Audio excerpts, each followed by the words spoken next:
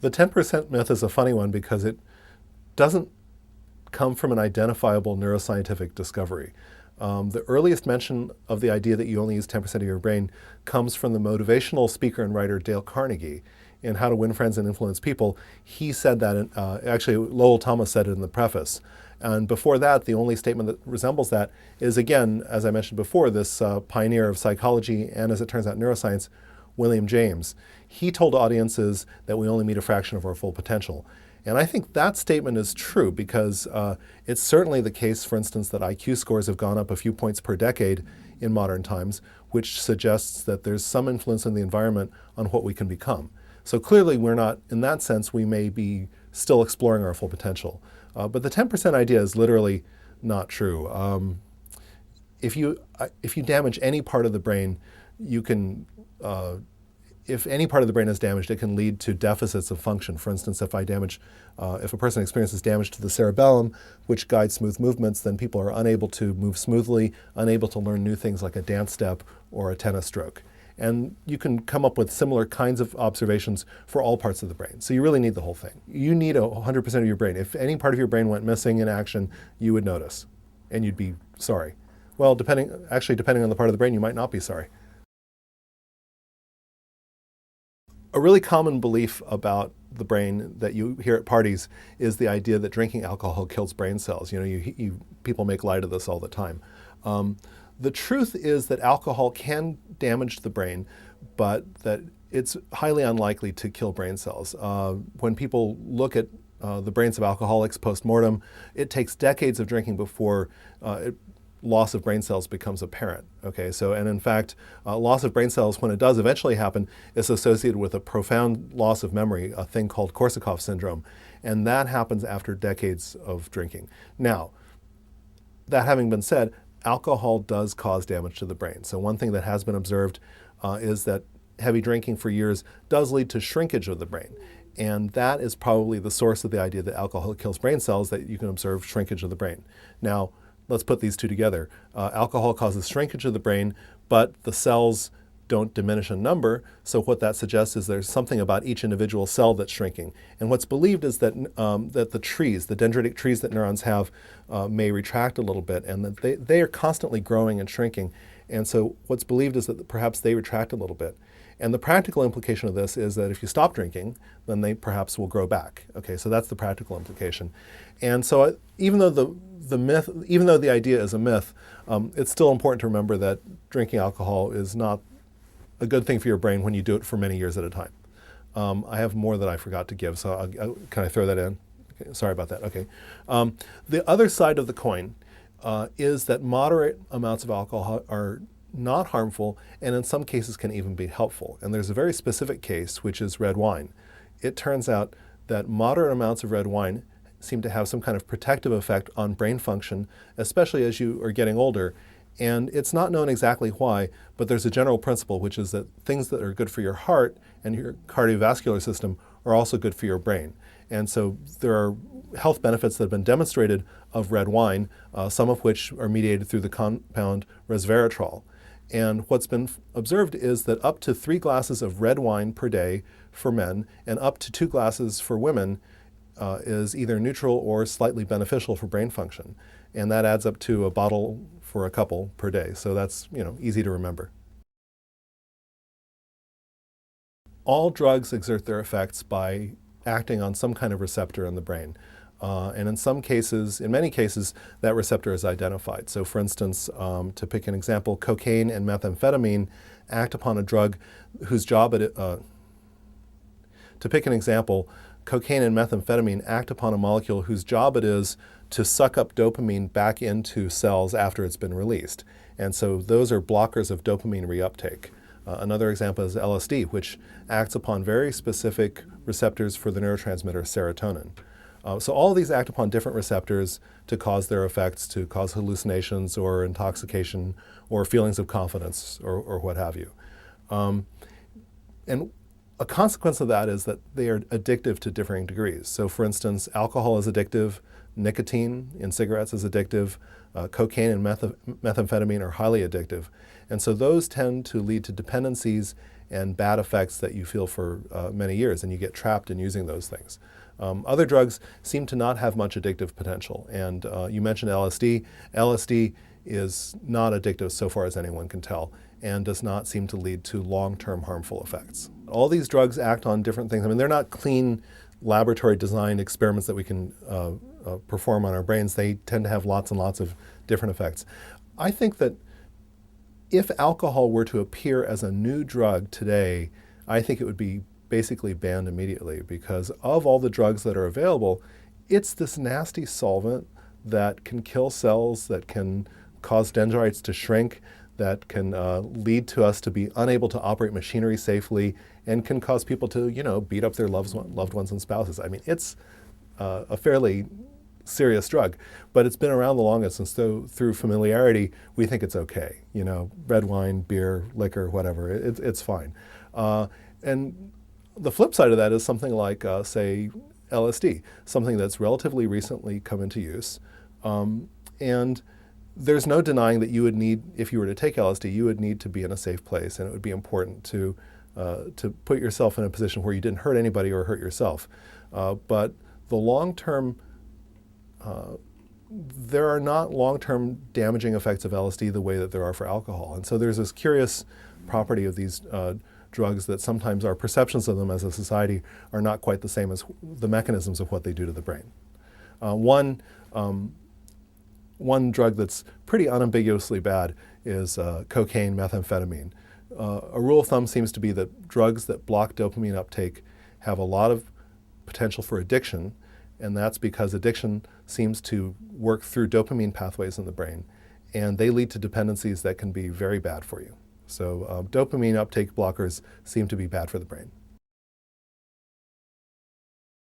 I think Goleman's ideas are very interesting. There's this old school idea that basically no one believes anymore, which is that intelligence is just described by one factor, a parameter that people used to call G for general intelligence, and that you either had more of it or you had less of it. And a certain element of that is still true, because there is a thing that you can measure on tests that has to do with fluid problem solving, that people still call G. And so that part's true. But I think one thing that's interesting there with Goleman is the idea that there are many mental capacities that we have, and they are to a certain degree independent of one another. Now, it turns out they're less independent than one might imagine.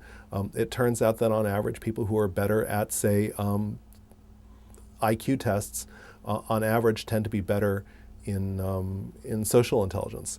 Now, that might be hard to believe when you go to a university and quiz your average mathematician. Not all those people are all that socially advanced. But nonetheless, there is a positive relationship among these things, and they rely on slightly different brain systems. And so I think it's possible for these capacities to be somewhat independent of one another.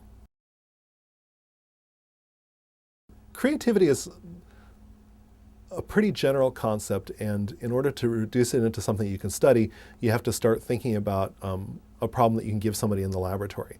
And so, for instance, there's a kind of problem solving called divergent thinking, finding solutions that other people do not find to the same problem. Okay, so for instance, an example of creativity in an animal might be if you have a crow. So imagine a box in which the box can either be opened by flipping the lid like this or by pulling on the lid like this. And what ethologists have discovered is that when you take a crow, most crows will learn how to open the box like this and flip it like that. Okay, and occasionally a crow will have the innovative thought of pulling the box the other way. Okay, so that's an example of divergent thinking that you can identify in a crow. And crows even have social learning. So for instance, if one crow sees another crow doing this, it's actually a raven. If one raven sees another raven do this, then in fact it can learn to do the innovative way of solving the problem right away. And that's an example of social learning. And this is clearly something that's very highly developed in us, right? Our cultural evolution occurs far, far faster than biological evolution. And so that kind of creativity of tool making is something that, that crows have a surprising amount of, and that we have. And so one question is how to study these things, and you have to cook up tasks that are more germane. So for instance, one example is left-handers. On average, left-handers seem to be more prone to divergent thinking and creative ways of solving problems, at least in a laboratory context. And so that's one example of a demographic that seems to have more of this, whatever it is. The popular belief about the left brain and the right brain, and people are usually talking about the cerebral cortex when they talk about these things, is that the left half of the brain is rational and problem-solving and uncreative, and somehow the right brain is creative. It can help you draw better, right? Now, the truth is more complicated because, in fact, the hemispheres of the brain are heavily interconnected by this structure that's basically this dense band of fibers called the corpus callosum. And what seems to be really the case is the left half of the brain is important for mathematical reasoning, for generating language, but it's also a storyteller. So for instance, in split brain patients who have their corpus callosum cut, when you show a picture and you play picture association with the right half of the brain by showing the left half of the world, of the person's world, things and ask the right half of the brain to do something, the right half of the brain will happily play picture association. And then if you ask the person, well, why did you make that association? The left half of the brain makes up a story. So for instance, you could show the right half of the brain a snow scene and a chicken claw, and the left brain sees the chicken claw, the right brain sees the snow scene, and then you ask the right brain, well, what goes with it? And the right brain will pick a shovel. And then you ask the left brain, well, why did you pick a shovel? And the left brain saw the chicken claw. And the left brain makes up this crazy story. The left brain will say, well, the chicken lives in that's a claw, it goes with a chicken. The chicken lives in a coop. You need a shovel to shovel out the chicken coop. And it's this totally made up story. And so it turns out that the left half of the brain is perfectly capable of making up stories. And so that seems to be, that's sort of creative, right? So that's not really, that doesn't fit the stereotype. I think what's more the case is that the right brain is important for certain things. So for instance, the left brain produces language, the right brain produces prosody, which is the emotional content of our language. In many ways, the right brain, on the other hand, is quite concrete. And so I think the story is more complicated, and I think these cultural ideas about left brain, right brain have basically blown up all out of proportion to what scientists have actually found about the left and right brain. The question of nature and nurture is, I wouldn't call it settled, but I would put it like this. We are all born with a genetic inheritance, and that genetic inheritance sets boundaries on what we might become. They guide us in the sense of establishing about 1/4 of the variation of what we might become. And that, when it comes to intelligence or personality, it's some minority of what we could become.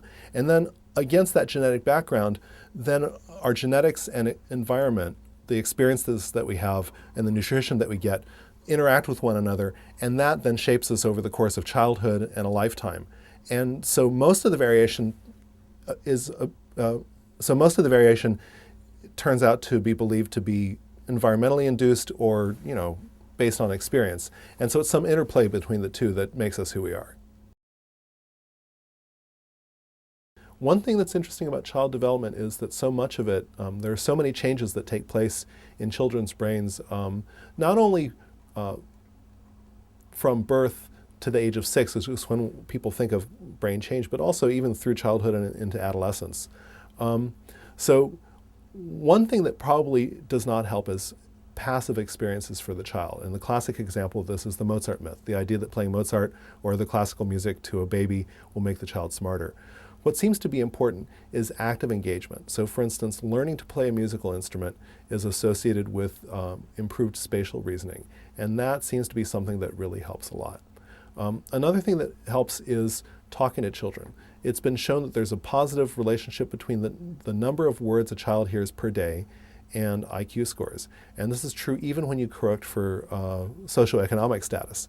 And so just simply speaking to a child, playing with her, talking with her, that kind of cognitive stimulation seems to have a lasting positive effect on the child's development. And that's something that I think any parent can and should do. Well, it's certainly the case that some people who are called geniuses have the ability to link unconnected ideas in ways that other people can't see. But one important factor that's sort of, I would call that isn't so romantic as this idea that Gladwell talks about, which is just the hard work of having all that information on hand and developing expertise through thousands and thousands of hours of practice.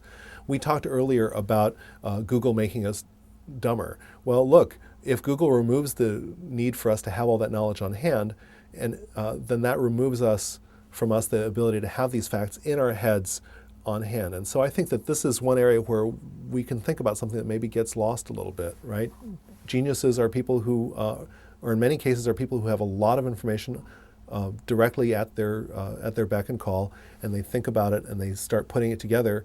So, one component of genius is sticking together things in unexpected ways, but another component is having those things to stick together, right? And I think that there's an element of truth to this idea of thousands of hours of practice making a creative scientist or artist or writer or whatever it is that we may care to call a genius.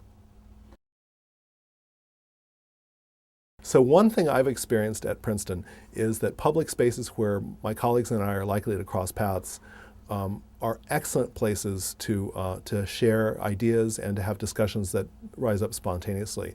And at our campus, the Genomics Institute is a newish building that has an atrium where we run across one another and we have lunch or coffee or what have you.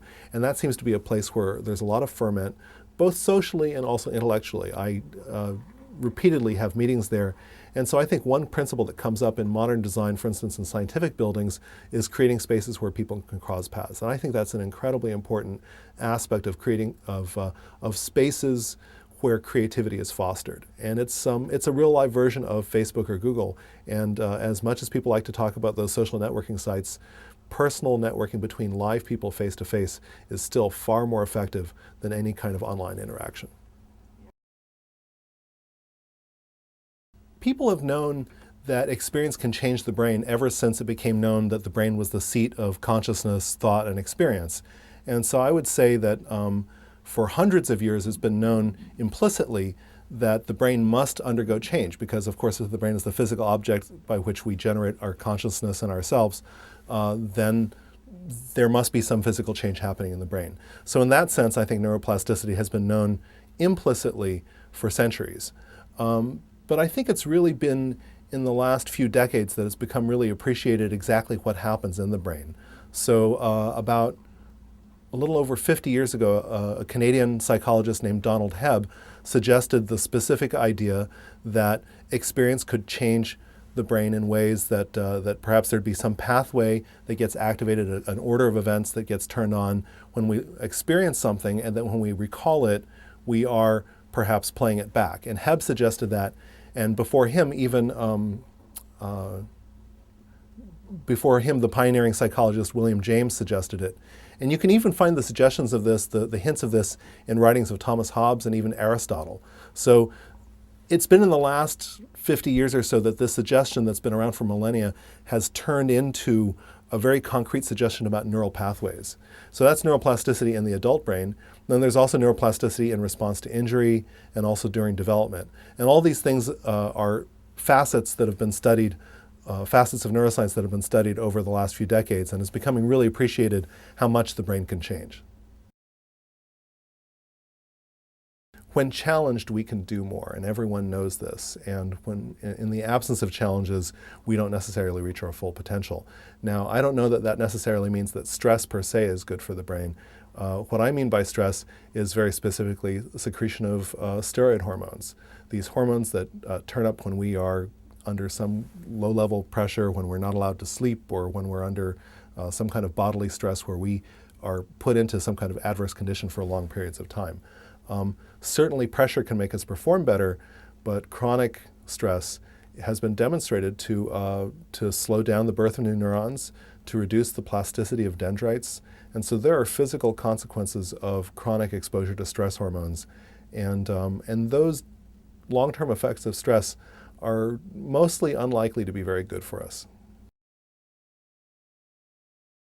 I have on my desk a bottle of pills that I picked up in Chinatown once that are called brain enhancer pills. And I keep that sort of thing around sometimes in my office as basically a joke. A lot of these supplements have no demonstrated positive effects on brain function, and that includes ginkgo biloba and it includes other supplements that you can take. That's one problem. Another problem that, of course, is that these supplements aren't controlled for what's in them, and so as a result, if you buy something like, let's say, St. John's wort, there is tremendous variation in what you're getting when you buy those things. So even the claimed pharmacological agent that's in them may be present in highly variable quantities, and it's something that we would never accept in some FDA-approved drug. The rule of thumb for foods that may be good for the brain is that things that are good for your heart are good for your brain. So it's, again, this principle of good for your heart, good for your brain. And examples of that include green leafy vegetables. They include not having too much in the way of saturated fats because that improves your circulation as you get older. And your brain lives off of oxygen in the blood, and so you need blood. And so when your heart's not getting the oxygen, your brain's not getting the oxygen.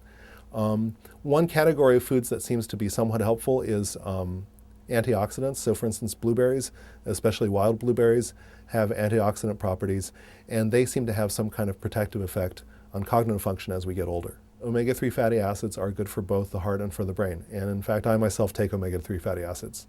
Of all these things that you can take, I mean, just to put it in perspective, the only things that I make a point of eating are those and blueberries. I like blueberries. A lot of therapies, well, I'll be honest, I don't really know a lot about demonstrated effects of these therapies like art therapy and music therapy on the brain. I think one major mechanism that is worth thinking about is the idea that these therapies reduce stress. One thing that has been demonstrated is that stress hormones are bad for the brain. So for instance, sleep deprivation leads to the secretion of stress hormones, being in danger. I mean, stress hormones arose and the stress response arose evolutionarily to be something that works briefly. If there's danger or if there's something that's caught your attention and you need to get away from it, the idea is that certain systems in your body shut down, like your immune response. And the idea is that you got to shut down the unnecessary things so you can get away from danger quickly.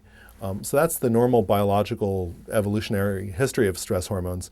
But now in modern times, we have situations in which stress is always present.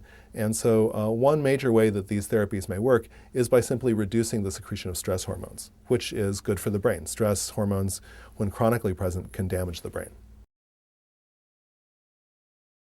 It's not fully understood what it is that exercise does that's good for the brain. The empirical observation is that one of the best things you can do to keep your brain alive and healthy is fitness training, things that get your heart rate up, the kinds of things that you hear about, getting on the treadmill for 3 times a week for at least 20 minutes in each session. That's a classic way of getting fitness training. And that's been demonstrated to improve brain function, especially in older people. The mechanism is not known. Here are the 2 major candidates. One candidate is simply improving blood flow to the brain, and again, it's back to the heart-brain principle. Things that are good for your heart are good for the brain. Another major mechanism that's been suggested is the secretion of a signaling molecule whose job it is to allow dendrites to grow and to be plastic. And this gets back to what we were talking about before, about neuroplasticity. This molecule is called brain-derived neurotrophic factor, and if you know what a neurotrophic factor, you know from the name what this does. It's a factor that's made in the brain that causes neurons to grow. It's a trophic factor. And that factor has been demonstrated to improve plasticity in dendrites. And one hypothesis that people are investigating is the idea that exercise, by triggering the secretion of BDNF, this neurotrophic factor, may lead to increased plasticity and improved brain function. That's an interesting question because existing drugs like the ones that you mentioned are all about the plumbing and the mechanics of, especially in men, of sexual performance. Something that cuts to the heart of who we are as loving or sexual beings is the feeling of love, and that's a whole other category. And major signaling molecules in this category are molecules such as oxytocin and arginine vasopressin. Oxytocin and vasopressin are secreted when we feel feelings of romantic love. They're also secreted when we feel feelings of love towards a child. So for instance, mothers, when they hear their baby cry, will feel their milk drop, and the mechanism of that is the secretion of these molecules to cause milk to be secreted. And so it's possible to reproduce feelings like that. Those same signaling molecules are also important in generating a feeling of trust. So for instance, people who take oxytocin in the form of a nasal spray express more trust when playing some negotiating game with somebody. And so now we're talking about molecules that can affect our emotional responses to other people. And that seems to cut somewhere to the heart of what it means to be loving or sexual. There's a subjective report that that meditators report, right? Feelings of peace, feelings of being able to focus. There are many versions of meditation, and the version of meditation that people practice leads to different effects. So for instance, Buddhists report a particular state of objectless compassion, so feeling compassion without any specific object, without a person as the target.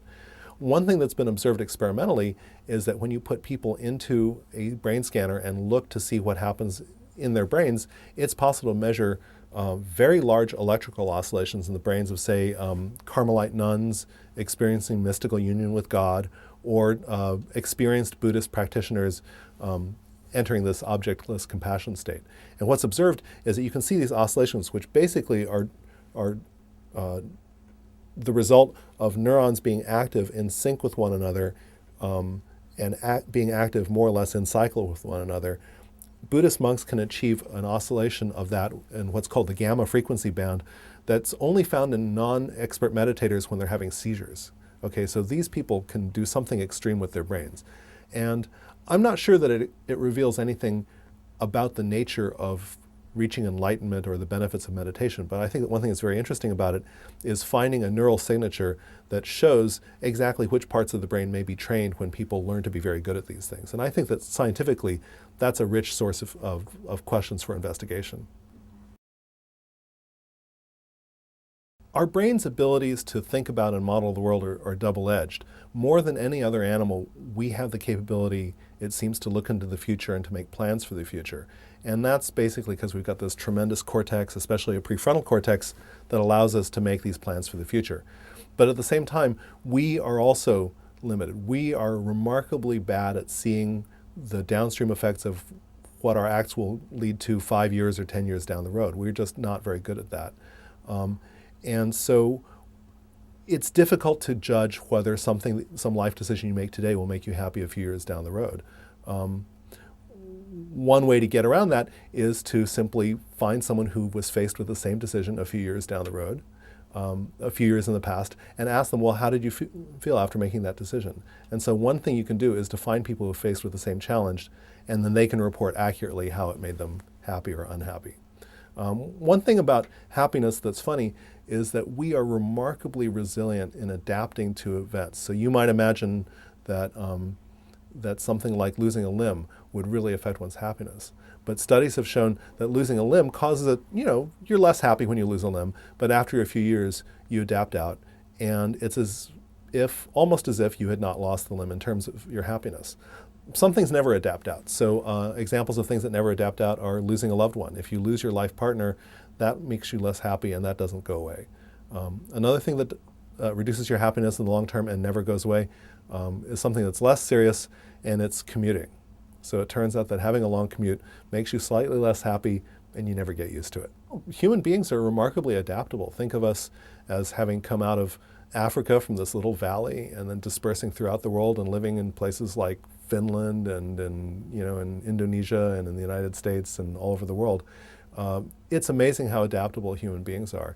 And so one thing that seems to be a very striking characteristic of humans, including their brains, is the adaptability, both by being clever and making tools and shaping our environments to be more satisfactory to us, and also adaptability in how we react to our environments. And so one thing that seems to be a hallmark of our species is how good we are at that. And if you compare that with any other species, we seem to be very, very good. Our only close competitors might be cockroaches. Autism research, autism has been very much in the news lately, and it's pretty much everywhere you look. It's been a really remarkable thing to watch, just as a phenomenon of watching people become very interested in it. My younger sister is autistic, and when I was a child, the only thing I knew about autism was the fact that Karen was autistic. Now it seems to be in the news everywhere. What's known about autism, the number one thing that's known about autism is that it seems to be largely genetically determined. If one identical twin is autistic, then the odds of the other twin having some kind of autism spectrum disorder is between 50 and 80%. And that's just a tremendous probability. And that's not the case for non-identical twins, for fraternal twins. And so that's a major piece of evidence that autism is largely genetic. And one big story in the last 5 years has been the identification of genes that increase the risk of autism. And it's not one gene. It seems to be some more complex polygenic disorder where you get dealt a bunch of genes from your mother and from your father, and if you draw the wrong combination of genes, say between 2 and 10 genes, then that increases the risk of being autistic. So that's the main thing that's known. As far as the later development of it, people are starting to look at structural differences between the brains of autistic people and what are called neurotypical people. And those are changes that take place in the neocortex, which is the largest part of our brain, and also in the cerebellum, which people used to think of as being a sensory or a motor structure, but seems to be perhaps important also for more advanced cognitive tasks. And so the cerebellum has been fingered in the last few years. As far as treatments for autism, right now the one kind of treatment that seems to be somewhat helpful is behavioral therapy, especially when children are diagnosed and identified as needing the help young. And so that is interesting because it's the one way that seems to possibly help kids who have autism, and it may be part of why diagnosis rates have gone up, because it's recognized that those therapies can help kids. And so people are motivated to identify these problems in their kids when they're young, because that's when it's possible to maybe catch these things and help these kids integrate better into the rest of society.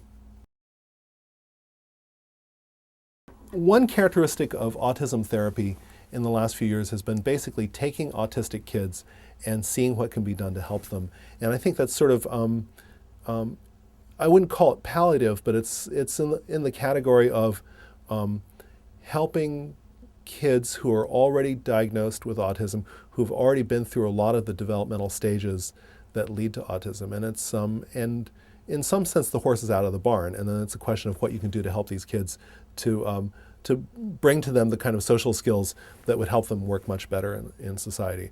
I think treatment is a ways away. It's not in the next 5 years or even next 10 years. But I think that understanding the mechanisms in development that lead to autism could eventually lead to some kind of therapy that could perhaps nip autism in the bud when kids are, when their brains are making these developmental choices early in life. So I think it's a ways off, but I think the research starts pointing towards better therapies. There are cases of people who can perform astounding mathematical feats with their brains. And to my knowledge, it is not well understood exactly what it's doing there. One way to think about it is that our brains are kind of sloppy. We have these shortcuts and tricks that our brains used, honed over millions of years of evolution to come up with quantitative intuitions about the world. And there's something that's possible that most of us don't tap.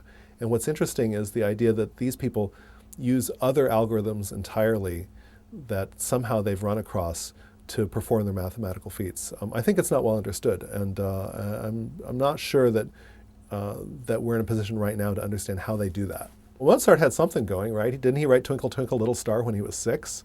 Look, I mean, no offense to most of the world's 6-year-olds, but most 6-year-olds aren't writing tunes that survive across the ages. So clearly Mozart had something going. In the case of Einstein, Einstein was a very, very smart man who in his 20s made a series of discoveries in rapid succession that completely upended our understanding of the world.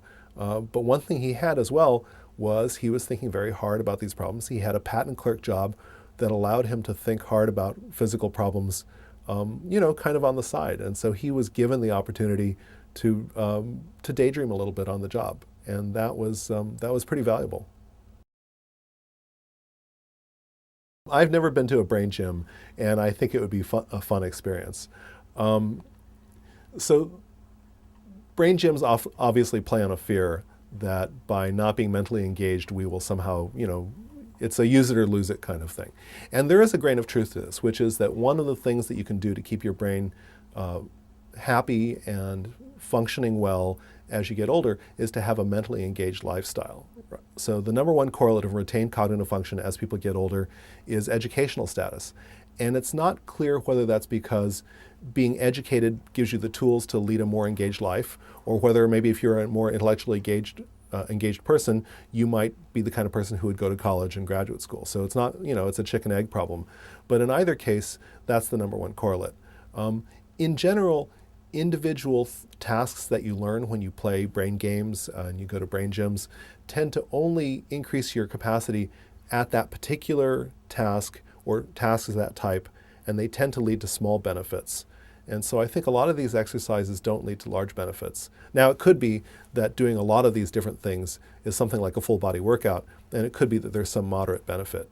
But I think the people who go to those should really remember not only the intellectual principle, right, a sound mind, but also the sound body principle. And so I think any such gym should include what we talked about earlier, fitness training. So there are different kinds of cognitive and memory loss that occur with aging. Certain kinds of memory loss, such as forgetting where your car keys are part of the normal process of getting older. And in fact, memory peaks surprisingly early at the age of 30 and then declines gradually with time. So forgetting where your keys are is not a cause of particular concern. And then there's dementia, which is forgetting, say, that like the old saw goes that if you forget where your glasses are, that's normal memory loss. If you forget the fact that you wear glasses, that's dementia. And so there are differing degrees of this. So just normal memory loss is not a cause of concern. It's not well understood exactly what physically underlies this, although plausible candidates are loss of the brain's ability to form new connections or to easily modulate the weight of the connections between nerve cells. Those are called synaptic weights. And so those would be candidates for why the brain seems to be less plastic in certain ways as we get older. But it's not super well understood. Now, there's another category of memory loss, this severe decline in the form of dementia. And the thing that's understood there is that you can look in the brains of people who after death are diagnosed as having Alzheimer's disease, and they have plaques and tangles that appear to be either the causes of cell death or perhaps the residue, the aftermath of cell death. And these plaques and tangles seem to be at the root of certain kinds of cognitive loss.